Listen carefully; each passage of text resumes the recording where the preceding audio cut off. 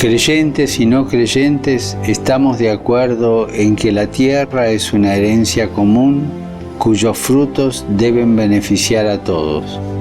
Sin embargo, ¿qué pasa en el mundo donde vivimos?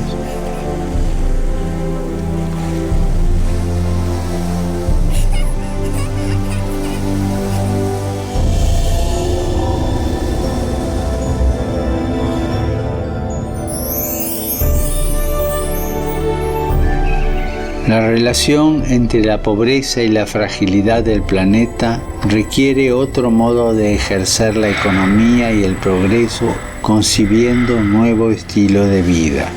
Porque necesitamos una conversión que nos una a todos, liberarnos de la esclavitud del consumismo. Y este mes te hago una petición especial. Que cuidemos de la creación recibida como un don que hay que cultivar y proteger para las generaciones futuras. Cuidar la casa común.